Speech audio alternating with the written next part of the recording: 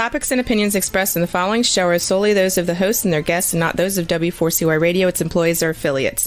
We make no recommendations or endorsements for radio show programs, services, or products mentioned on air or on our web. No liability, explicit or implied, shall be extended to W4CY Radio or its employees or affiliates. Any questions or comments should be directed to those show hosts. Thank you for choosing W4CY Radio.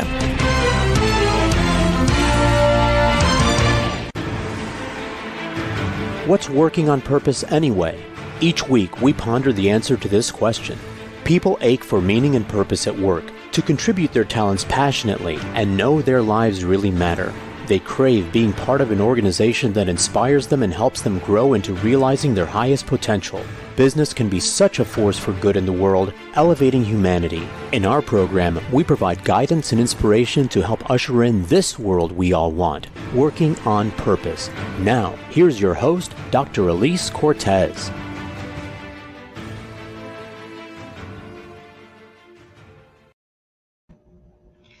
Welcome back to the Working on Purpose program. Thanks for tuning in again this week. I'm your host, Dr. Elise Cortez, joining you live from Dallas, Texas, which is home base for me. By way of introduction, I'm a management consultant specializing in meaning and purpose. I'm an organizational logotherapist, inspirational speaker, social scientist, and an author.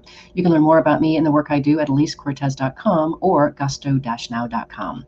If you've been tuning in for a while, you know this program is a thought leadership series that enlightens and inspires listeners and viewers with insights from distinguished business leaders, authors, and subject matter experts. By listening in, you're part of the movement to create inspirational leaders and enlivening workplaces where we can thrive and do business that betters the world. Glad you're here.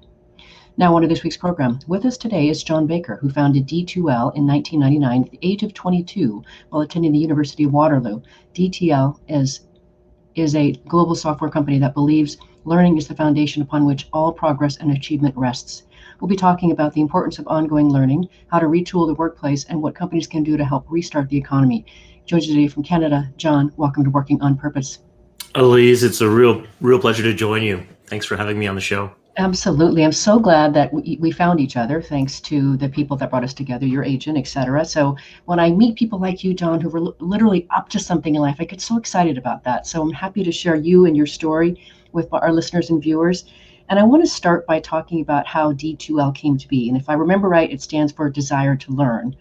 And I want to just share what I learned by reading it, the chapter in the book that you have. But you say that you were interested in engineering and technology when your third year college systems design professor gave you an assignment to define a problem, something that was actually foreign to you at that time. So tell us why this experience was so formative to you and how it really led to D2L. Well, up until that point, as an engineer, you're taught how to solve problems, not go find one.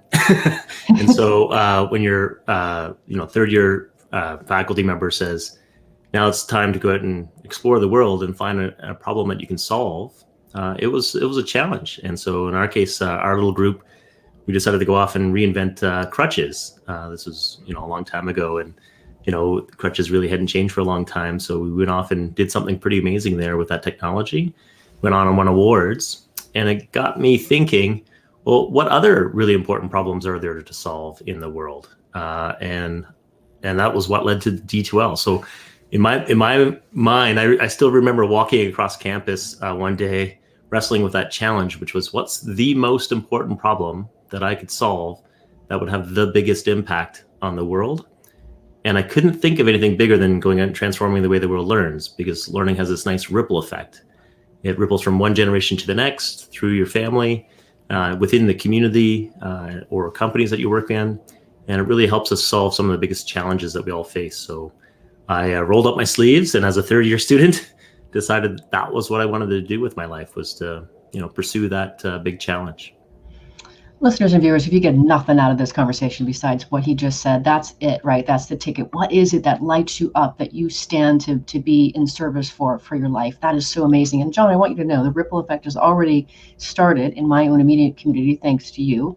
This morning, I was so excited thinking about having this conversation with you. I talked to my 17-year-old daughter, and I posed her that question. What do you so care about in the world that you want to stand for making a difference in solving in your lifetime? And of course, there wasn't an answer, but at least the question was positive. So thank you already for helping with the ripple effect. It's beautiful.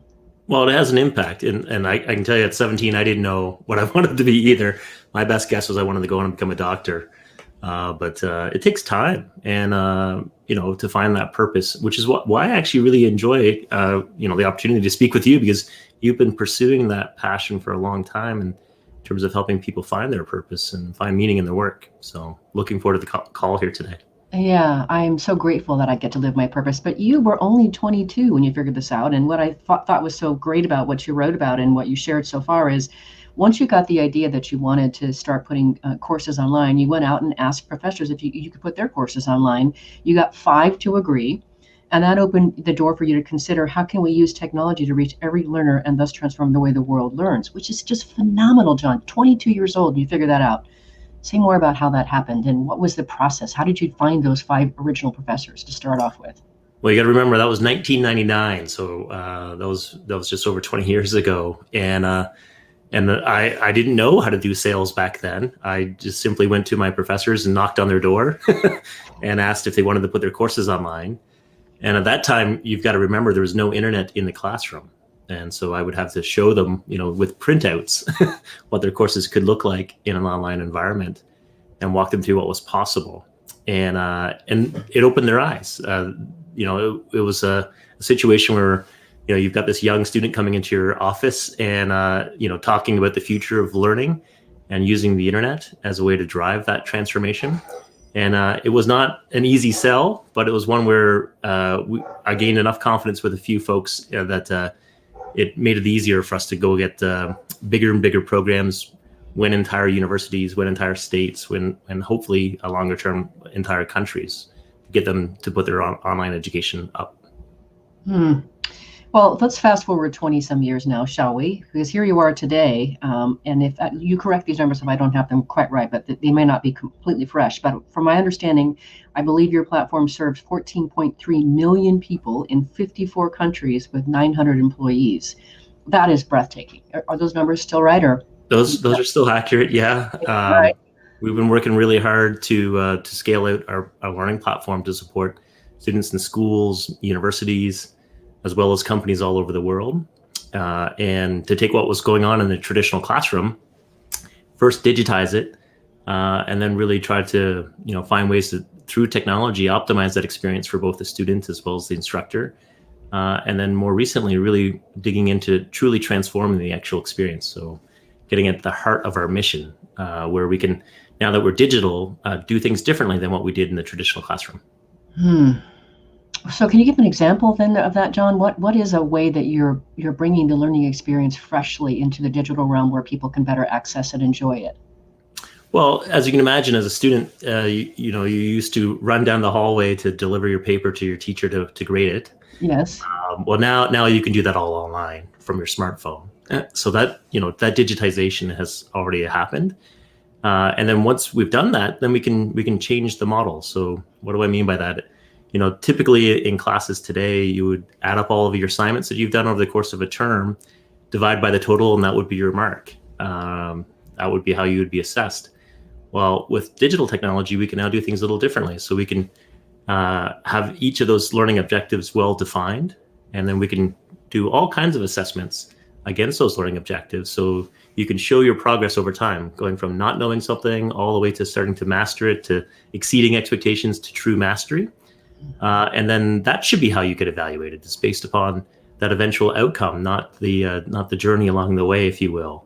And to me, that's one of the examples of true transformation here, giving folks the ability to really demonstrate their skill sets as they develop and explore all kinds of new ways of learning. And as long as they achieve that outcome that they're desiring in terms of getting on that path that they want to pursue, whether it's becoming an engineer or a doctor or whatever they want to do in life.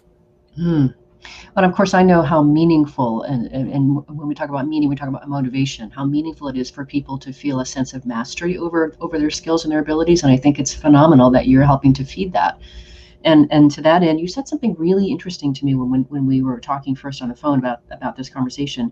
And you've said that the word study used to mean something different than what it means today. Will you contrast the before and now? Yeah, so I study the history of words, so the etymology, and study. If you look back at the old original definitions that were written hundreds of years ago, used to have a different definition. And so today, if you look up the word study in a dictionary, it would talk about mental effort, attentive, careful, everything you imagine in today's definition of study. But in the old days, it used to refer to passion, pursuit, zeal, desire. It had a completely different meaning. And I think, as we build this technology, we're actually trying to get back to that old definition of study, where people could pursue their passions, could discover new things, become a great researcher, dancer, musician, whatever they were passionate about, and yet still get through their academic journey and still achieve all the outcomes they're supposed to achieve, whether it's, on the path of being a nurse or a doctor or whatever it might be. They're able to still achieve that in a more efficient way that frees up time for this other form of study. And to me, that's what education is really about. And, ironically, even as we're charging forward into the future in terms of building new technologies, it actually is going to help us pull back some things that we've lost in the history as we've gone from one age to the next. That is so alluring to me. And of course, I for the record, John, I embrace the old way of the old definition of study. That it is for me. It's a passion for me. I've been going to school for most of my life. I remember when my mother was still alive, she'd say, "When are you going to stop going to school?" And I was like, "I hope never, Mom." And she'd almost fall over with a heart attack, right? But she's like, "Just stop already." But I've been in rapture with the idea of education for a long time. I've been a professor, and of course, I feel like I'm teaching on the show. But from your vantage point, I'm interested, if you could, situate for us the role of ongoing learning in today's economy and workforce, beyond just what I'm passionate about, but for the workforce.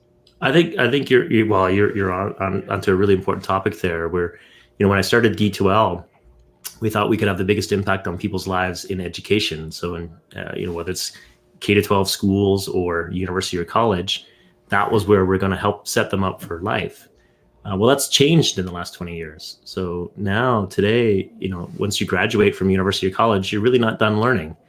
And so we have to almost integrate learning into life, so that every day, every year, we're making progress towards the development of new skills, new ideas, and new pursuits, so that we can continue to evolve in our career, make one leap from one job to the next, and make sure that we stay relevant, as we've graduated and entered that workforce.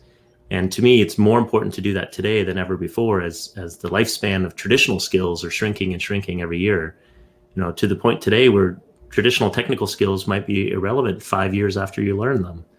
So if you can imagine, a traditional undergraduate degree that might take 4 or 5 years to complete, is the things that you learn in year one are probably not relevant by the time you enter the workforce. Mm-hmm. So we need to have this constant ongoing learning to really make sure that we're upskilling ourselves and reskilling and making sure that we stay current. I find that, of course, terribly exciting and alluring, but I know that there's a good number of people out there that probably hear that and go, "Oh, heck, I thought I was done learning. I don't want to learn anymore." What do you say to that? Well, we're never done. I think we're done when we retire, maybe, and even then, I think we're probably still learning. To me, every time that we get an opportunity to learn new skills, it helps us grow as an individual. Mm-hmm. And I don't think we should just make it part of our work, part of our journey. It shouldn't be something that's we're not passionate about. I think we need to align those passions that you have with the learning that you're doing, and it doesn't seem like work.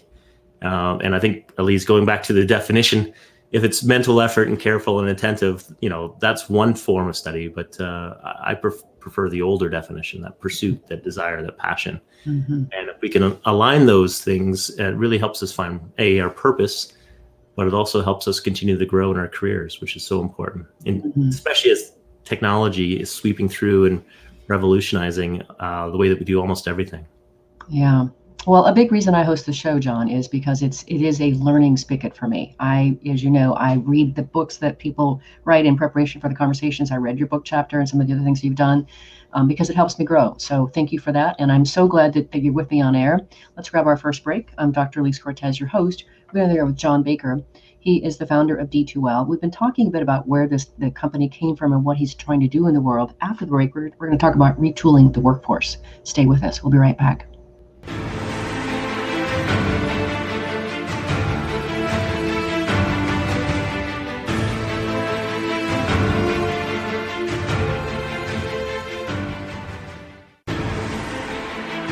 Dr. Elise Cortez is a management consultant specializing in meaning and purpose, an inspirational speaker and author. She helps companies visioneer for greater purpose among stakeholders and develop purpose-inspired leadership and meaning-infused cultures that elevate fulfillment, performance, and commitment within the workforce. To learn more or to invite Elise to speak to your organization, please visit her at elisecortez.com. Let's talk about how to get your employees working on purpose.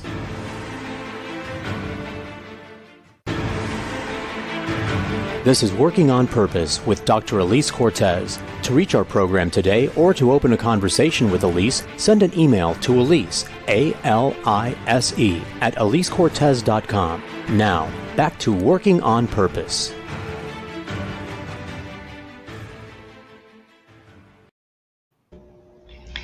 Thanks for staying with us and welcome back to Working on Purpose. I want to share with you something fun that happened in the pandemic. It's my pandemic baby, by the way. I had a baby in the pandemic. It's called a book, Purpose Ignited, How Inspiring Leaders Ignite Passion and Elevate Cause.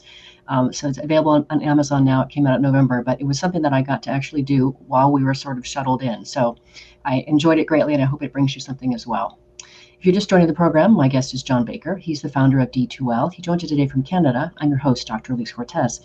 So John, now let's talk about retooling the workforce. And one of the things that I've really been excited about in my 6 years of hosting this radio show is talking to various people about technology and how it changes we human beings in our lives and along with our work. So I've been very fascinated with how technological advances like AI, robotics, et cetera, kick humans upstairs, as I like to say, and they force us really into a constant retooling and a constant learning to remain viable and valuable in the workplace. What's your perspective on how technology catalyzes us in our learning? Well, a couple things. So first, there is a digital transformation underway. As of last year, the world economy, digital represented about 12% of the world economy. Either digital native companies like Google or Facebook, all the way through to digitally transformed enterprises. And in the next 3 to 4 years, we expect that number to grow to about 50% of the world economy. So we're in a really accelerated part of the journey through a transformation. Think like the Industrial Revolution sped up on steroids, if you will. And so we've got a huge shift that's happening in our economy, and ushered in by things like artificial intelligence or just simply technology and automation, robots, all kinds of other different things that are happening to transform that workplace that we're in today. And so what it's driving is really the transformation of how we learn and how we adapt as employers, as an employee, to make sure that we constantly are giving ourselves time in our day to get the new skills that we're going to need to stay relevant through these transformations. Mm-hmm. Because all the different studies that I'm reading point to 30 to 50% of the workforce being displaced from the work that they're doing today. But as an optimist, I also read the other part of the studies which say that there's going to be more jobs created than exist today.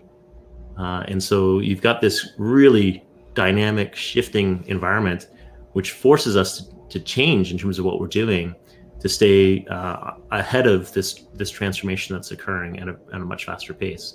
So you're right. We've got to, pick up more durable skills is the language I use. Lots of people refer to them as soft skills, but I think of them as durable. Mm-hmm. Creativity, problem solving, writing, communication, all of these what we would normally think of as soft skills, I think are actually the durable skills for this transformation. These are things that are going to be relevant no matter what role you're in. You're going to be able to utilize these. Mm-hmm. And then we also have to reskill and upskill ourselves to pick up these new technologies, whether it's, wanting to pursue digital or other areas. There's all kinds of new skills that are in high demand, where there's hundreds of thousands of job openings today that are still unfilled because there's no one with those skills. Mm-hmm. Mm-hmm. Well, I think it's really exciting, and just to sort of position this for our listeners and our viewers, as a simple story, a lot of people are very afraid of the idea of technology and taking over our lives or outplacing us from the workplace. But I remember distinctly, John, a few years ago when I went to the Dallas-Fort Worth airport to check in. I was going through security and was taking off my jacket, getting my briefcase out, and I'm like, wow, something's weird about this. What is weird? What's different about this situation? And I realized what was different was there was no longer a human being that was actually moving the bins from one side of the security side roller coaster or whatever it is to the other. And it was actually mechanized. It was now on a belt. And my first immediate thought, John, was good. I don't want the person who used to be in charge of moving those bins back and forth to spend their day doing that. I want them to be talking with travelers about their problems or how to get them to their next place. And I want them doing that instead. It's a better service if they're one precious life. And so I like you, I'm an optimist too. And of course we have to work at this, right? So we have to work at this learning thing. It's not easy, but I also want to champion the optimism in this. Oh, absolutely. And by the way, I've flown through that airport many times. And so I've noticed the automation happening there as well and all over the world. You're right. Our lives are worth more than just carrying a bin from one location to another. And I can't tell you how many lives have already been spent on doing that task. Mm-hmm. So if we can automate, then it frees us up to do the things that are more human. Yeah, exactly. And to me, that is why we're doing it. And it's not just because of technology, just to roll it out for technology's sake. It's to actually help free us to be more human. Mm-hmm. I love that. That's so great. If we get, again, listeners, if we get nothing else out of this conversation, that's another one to take away. Let's be more human with technology. So now let's go into, you wrote a chapter in a book called Government Digital, The Quest to Regain Public Trust. And you say in that chapter that for companies, learning and development of their employees is rapidly becoming a competitive driver, critical for attracting talent as well as retaining and upskilling existing employees. I've long known this, but say more about it from your perspective. Well, I think even when we chatted before, you talked about how, there's a large percentage of the workforce that's actively disengaged from work. Mm-hmm. I've seen studies where it's up to 60% of the employee base is not really engaged in what they're doing in the course of a day. And so we've got a misalignment.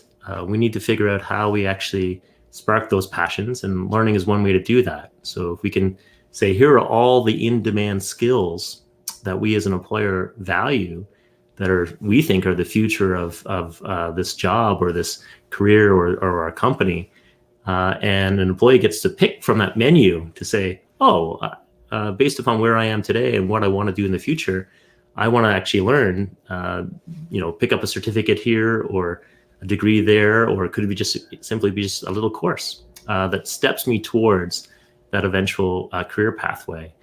To me, that's where we start to get that alignment between, what you as an individual want to pursue as your passions and what the employer is looking for. And it doesn't necessarily have to be just up to the employer to help provide this. It could be bigger than that.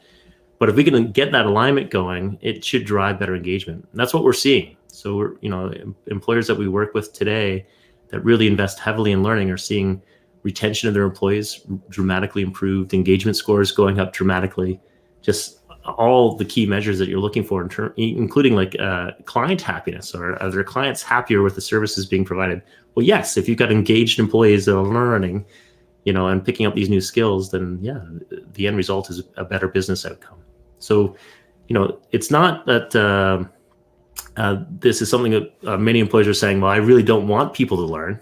It's just really hard to do this today. And so what we've tried to do as a company is make that really easy to curate a number of different high demand skills that are in need for these employers, and the associated courses being provided by our academic clients, and just trying to make that really easy for them to access both internally developed programs that are used to skill up their employees, but also to leverage programs that are built within our academic client base, whether it's a university or college that might be nearby.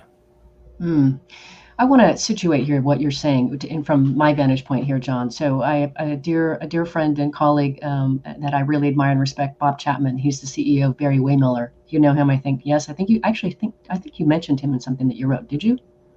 No, I've heard of him, but I don't know. He's a beautiful soul in the world doing really important work. But what he really talks about, John, is he talks about the importance of leaders to care for their employees. Mm-hmm. And it's about caring and listening to them and stewarding their lives as somebody's one precious child. And it occurs to me that if a company is giving their employees an education, they are really caring for them. They're caring for their well-being and their ongoing fitness for life and work. And I think that's pretty beautiful. I couldn't agree more. Right. So, like I'm an employer of 900 people. And, when we think about our benefits programs, we don't just think about wellness and health and mental well-being and all these other areas, we actually think education is an education benefit. And so if we can think about our benefits strategy a little bit broader to also include the mental development, the help that we can provide to our employees to really pursue their careers, then that's magic. That's where we get this beautiful alignment and can really support their development and engagement. I love it. Absolutely love it. Okay, so next, you sort of mentioned this already, but I'd love for you to bring this to life for our listeners and viewers. But you cite that in our fourth industrial revolutionary times, that skills within a span of a career will become obsolete. You mentioned that already in the last segment. But you have some stats from that chapter that I wanted you to presence, if you would, that really talk about the import of this. Would you share them with us? Yeah, so the expected lifespan of a skills is expected to be 3 to 5 years today, even for some technical skills. So it's just a staggering turnover of skill development. So if you learn how to develop software in a certain language, 5 years later, you're probably learning a new framework or a new technology. So even in the technology space, these skills are changing very, very quickly. And so you've got that lifespan that's coming down, which demands that we learn new things all the time. But you've also got this other statistic, which is pointing to about 350 million jobs being displaced. And that's actually on the low end. There's other studies that show 600 or 700 million. And that was pre-pandemic. And if you look at the pandemic, which I didn't write a book after the pandemic yet, but, the UN actually cites about 2.4 billion jobs were impacted during the height of the pandemic. So that was a lot of people that were displaced, even just temporarily from employment, from work. It shows how precarious our jobs actually are. And so we need to do everything we can to help make sure that, we're, for folks that were displaced to tens of millions in the US, that we do everything we can to re-educate, get them back on the right track and get them back on their feet. Even for me, John, I look at this year and I've been asked by some of my clients to take on different work that I really haven't done before, which this year has included doing more of like being hired as both a thought leader as well as a media person to help steward topics and drive conversations. And so that's something that actually came from the pandemic. That's not something that I ever asked for it to do. It came my way because of the pandemic. So it's exciting to see really what's out there. And what I get excited about too is I've got a 17-year-old daughter, and I don't even know when she gets out of college in a few years, what's going to be available for her. I can't even counsel her today on what could she consider, because it probably won't exist. Yeah. So, there's a lot of jobs that are going to exist that don't exist today. So, 5 years ago, would you have thought that being a drone pilot could have been a job? Well, no. What about someone that's designing, systems to support self-driving trucks? Well, that didn't exist 5 years ago either. And so there's all kinds of jobs being created. And so I wouldn't worry so much about there not being a job at the end of this. There's going to be millions and millions of jobs, more than we actually have today. But what we need to do is figure out what are the skills that I'm going to need. They're going to help set me up or my daughter up to make sure that she has the skills in an area that she's passionate about for that future. And so by the way, there's not going to be any shortage of jobs in the medical space, whether it's nursing or support workers, you name it. There's a lot of jobs there. Same thing in technology. There's going to be millions of more jobs that open up as we continue to embrace technology. And then every single field, if you can imagine, is going to go through this digital transformation. So whether it's insurance or banks or government, or every industry is going to have this big change as we ripple technology through each one of these. So, picking up some technology skills or even these durable skills around creativity or problem solving, critical thinking, all of these skills are going to be really relevant to be a big actor or a big player in making those transformations happen for these companies, for these organizations. Mm-hmm. You already mentioned things like creativity and emotional intelligence and such, but one of the things that I'm so aware of is just a lack of critical thinking skills. I think we would have a very different outcome of how it is that we debate and how we even consider politics if we could improve our critical thinking skills. your perspective there? And does D2L specifically address that? Yeah, well, I couldn't agree with you more. I think if we're going to solve some of the most important problems that we have to tackle, we need people that can problem solve, that can think critically. And we also need to change how we educate students, both in the schools as well as the universities, to really lean into these durable skills. If we're not providing opportunity for them to think critically, to problem solve, to demonstrate entrepreneurial thinking, whatever domain you want to pick, then we're really not setting those students up for success for their future. We're not preparing them for what comes next. I think there's lots of different ways we could do this that don't require a huge disruption too, where we could do things like work integrated learning, where we take a student that's going through high school or going through university or college and get them a work experience so that they can understand some of the challenges that are in that environment, discover if they like that environment, but also at the same time, use it as an opportunity to really feed back into our colleges and universities. Here's the real world problems that we're trying to solve out there, and create that feedback loop back into the universities and colleges to help nudge them forward in terms of their thinking around programming or how they're providing their education to their students. I love that. I'm in for that, John. I love that. Yeah, feedback's key, Elise. I think of it as almost like a virtual feedback loop, right? Where, the more feedback, the better for both the education system, as well as for the students, as well as for the employer. You get this great circle going. Yeah, that's amazing. It's so fresh, right? I know for my daughter, for example, she doesn't like her language arts class. I'm realizing it's because she doesn't understand how it relates to the world, and there's not a connection for her. How does it show up in everyday life? And it's a real missing. And of course, it's such an important part of my life. But so I'm like, how do I get this across to her? Well, storytelling is such a huge. I know. And I do it all the time, every week, right? We're doing a story of some kind, right? Yeah. So the feedback loop is amazing. And I appreciate very much how you're bringing this to life for our listeners and our viewers. It's great to have you on. Let's grab our last break.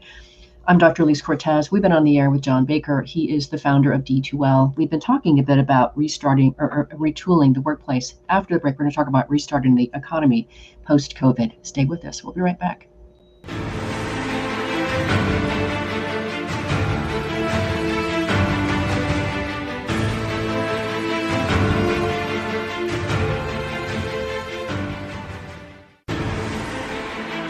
Dr. Elise Cortez is a management consultant specializing in meaning and purpose, an inspirational speaker and author. She helps companies visioneer for greater purpose among stakeholders and develop purpose-inspired leadership and meaning-infused cultures that elevate fulfillment, performance, and commitment within the workforce.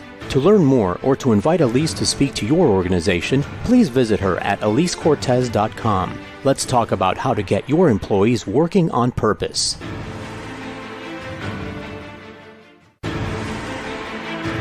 This is Working on Purpose with Dr. Elise Cortez. To reach our program today or to open a conversation with Elise, send an email to Elise, A-L-I-S-E, at elisecortez.com. Now, back to Working on Purpose.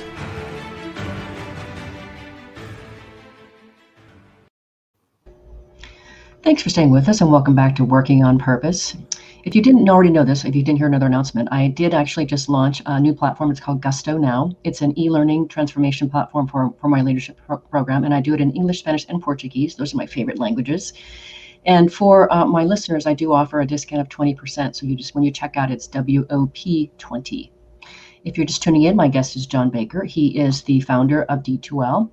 So for this next bit here, John, I wanted to talk about how we can restart the economy. But before we do that, I want to position just the problem of engagement that we talked about early on. So you know that for me, right, I'm really, really interested in helping people want to come to work because I think it's such a precious, important part of life. And yet, as you say, we have a real problem with disengagement across the world. And your chapter that I mentioned earlier cites that roughly $500 billion is lost in productivity through lack of employee engagement, with 68% of the workforce not feeling engaged with what they do. So situate for us why that is such a problem for companies. Well, if the billions of dollars don't underscore how big of a problem that is, it's I don't know what will. But at the heart of it is if you've got an engaged workforce, they're going to run through walls to solve problems for your customers and for your company, and really help you take that next leap that you're going to need to thrive in this new environment. Whereas if they're not engaged, they're actively looking for work, or they're completely checked out of what they're doing today, and that's not a good situation. And so, to me, we need to work on fixing those statistics. We measure those, by the way, at our own company all the time, doing pulse surveys, doing, full year surveys, just trying to make sure that we're building a great culture and that, people are fully engaged. And just simply ask, are you engaged? Or are you really liking the work that you're doing? And if not, what is it that we can do to help get you on the right track? I meet with every employee in our company at least once a year, and I ask them really one simple question.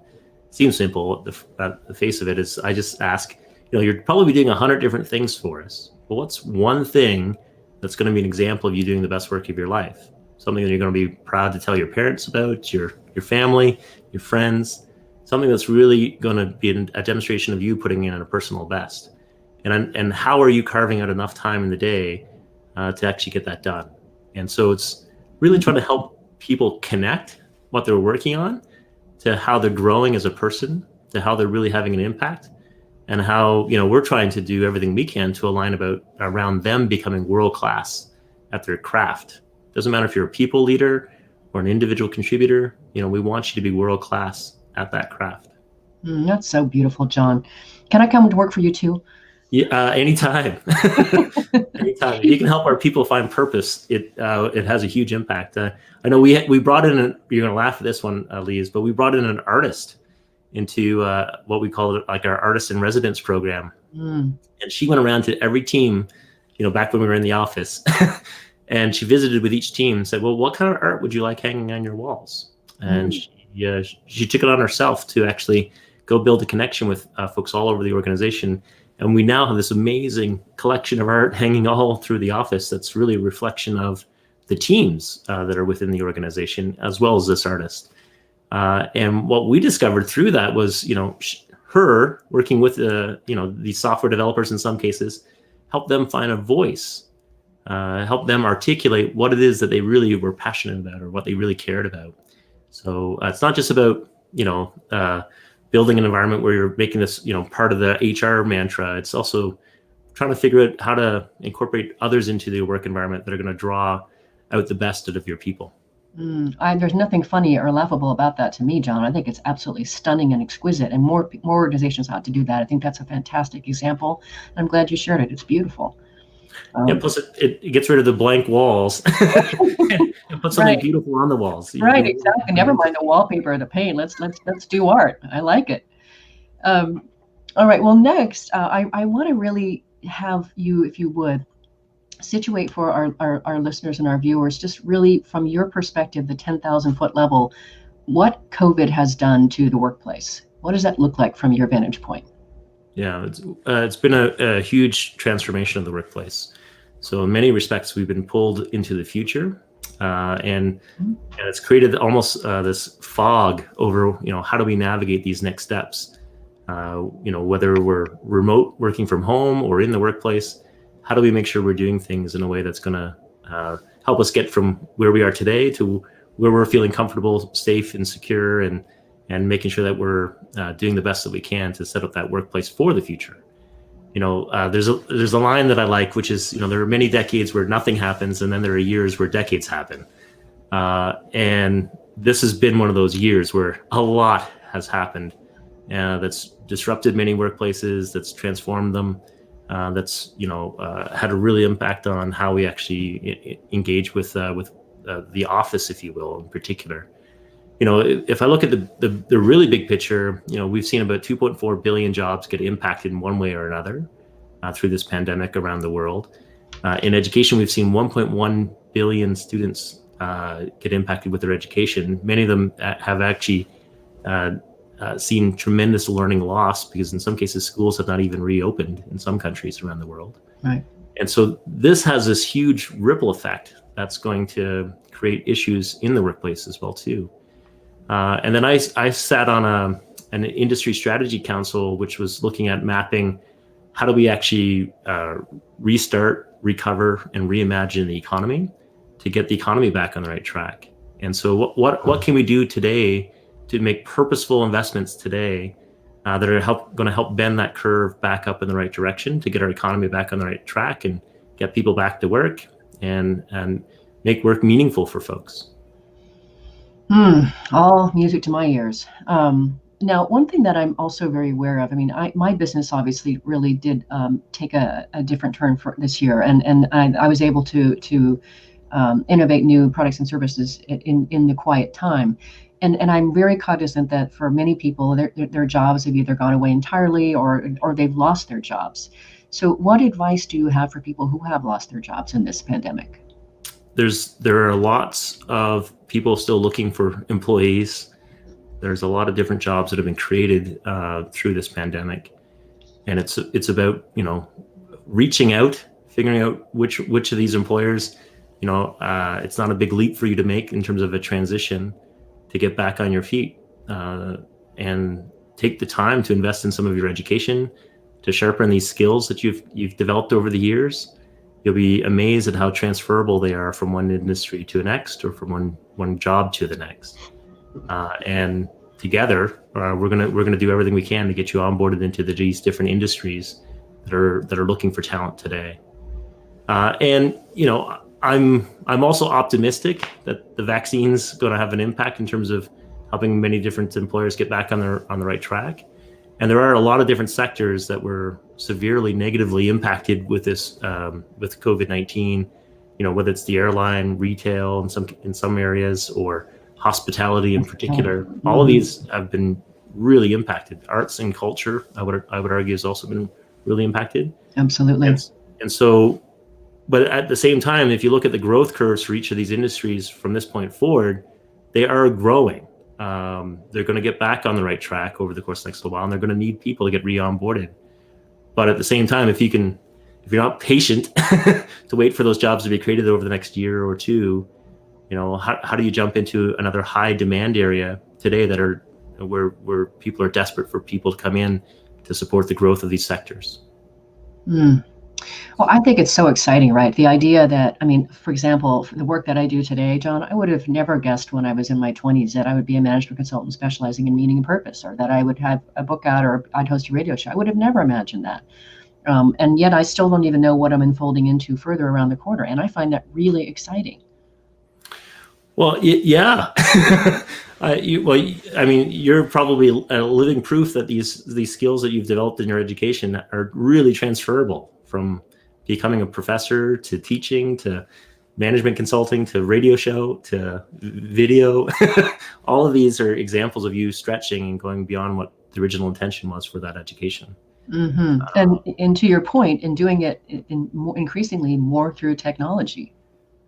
Yeah, that is one thing that I see is we're almost sitting on this crossroads where, we're either going to just simply consume technology being built somewhere else, or we're going to start to build the technology. And so I'm advocating for a lot more people to jump into STEM, into what we think of as STEAM now, if you include the arts, to really support these high demand, high growth areas. Definitely believe in supporting the arts, especially to stoke the creativity, the critical problem solving, all those sorts of things. So completely, let's bring the arts back, please. Exactly. Yeah. What are, from your vantage point, John, you work with a lot of different organizations all over the world. What are some of the things you would suggest companies do to help start the economy, restart the economy? Well, there's one universal that it doesn't matter which sector I've talked to, and I've talked to probably at least 1,000 CEOs over the course of the last few months, and hundreds of different organizations. And one universal has been upskilling and reskilling. So it doesn't matter what sector they're in, they're going through transformation. And so they're looking for investments into the new skills that are going to help them navigate these new waters. And so, again, I know I've got a little bit of a bias because I built a learning company, but that really stood out to me in terms of every conversation. So whether it was an airline CEO or a big retailer or someone that was largely in the hospitality sector, reskilling was a common thread, but upskilling was a surprising one. The investment in new education for their existing employees to help them pick up the skills they're going to need to transform their industry as it either goes green in some cases or goes to digital or is transformed in one way or another. And so that universal translates to me as trying to figure out, well, what programs can I build internally? How could I get really good at doing that? Or what kind of partnerships can I build with the academic community so that I can leverage all the great work that's been done in our communities and connect the dots to make it easier for my employees. And so we're trying to build solutions and technology in that space to make that even easier. Fascinating. But I'd also say have a conversation with your employees. Yeah. Right? When times are uncertain, communication is so critical. I don't know about you, but in my company, we went from meeting weekly or monthly with some teams to daily, doing just simple daily stand-ups. Nothing provides better reassurance in terms of alignment and making sure people are on the right path, and just simply checking in to make sure people are okay. Those things make a real difference in helping people rally to the new strategy. Yeah, it really takes something, and you've got to work on that well-being for sure. And to that end, John, we're getting close to the end of the show here, but if you could, I've been trying to ask as many people as I can this question, but what are some of the biggest lessons we should take away from this pandemic? How people matter. I keep coming back to, there's so many things that have gone wrong during this pandemic. But one of the things that I've really liked hearing about is all the stories of people leaning in, working with each other, helping each other through these challenges, and looking out for each other, picking each other up when people are down. You can look at a pandemic and see this as, seeing it as the worst of times, but you can also see some of the best of humans coming together to help each other out during these tough times. And to me, I choose to look at the good, the silver linings, the tests of our character and our values coming through and how we deal with people. Me too. I'm also a silver lining gal. So here we are, John. We managed to use up already one hour of our time. We're at the end of the show. This show, as you know, is listened to by people across the world, and it's really designed to help people develop a more meaning-infused culture and inspirational leadership. And given that, what would you like to leave our listeners with? Say in about 30 seconds. Well, we're talking a lot about transformation of our economy and the digitization of it, but the end result is a more human outcome. So giving people back time to pursue, their passions, being able to help people go from routine jobs to hopefully ones that give them an opportunity to express their passions, their creativity, their leadership. And to me, that's the best, is when we can move up that value chain, if you will, and stop doing the busy work and start doing the really, really impactful work that's going to have a real impact on business outcomes, on, in my case, educational outcomes, and really supporting, the people that are in the world around us. So I wish you all the best as you navigate these waters. And if I could ever help, I'm just an email away. Thank you. John, thank you so much for joining us today. It was a tremendous privilege and pleasure to have you on and share what you're doing in the world. Thank you for that. And thank you for being you and doing what you're doing in the world. Thank you for being you and helping people find their purpose. Absolutely. I love it. It's my jam. Listeners and viewers, if you want to learn more about John Baker and the work they do at D2L, go to their website. It's just d2l.com. Last week, if you missed the show live, you can always catch a being recorded podcast. We were on the air with Michael Levy. He's the CEO of WorkProud, talking about how companies can create cultures of meaning and appreciation that drive performance and retention. Next week, we'll be on the air with Renee Cermak, talking about her book in human transformation and her work as well. Her book is called How to Be Your Biggest Fan, The Value and Power of High Self-Esteem. See you there. Remember that work is at least a third of our life, so let's work on purpose. We hope you've enjoyed this week's program. Be sure to tune into Working on Purpose, featuring your host, Dr. Elise Cortez, each week on W4CY. Together, we'll create a world where business operates conscientiously, leadership inspires impassioned performance, and employees are fulfilled in work that provides the meaning and purpose they crave. See you there. Let's work on purpose.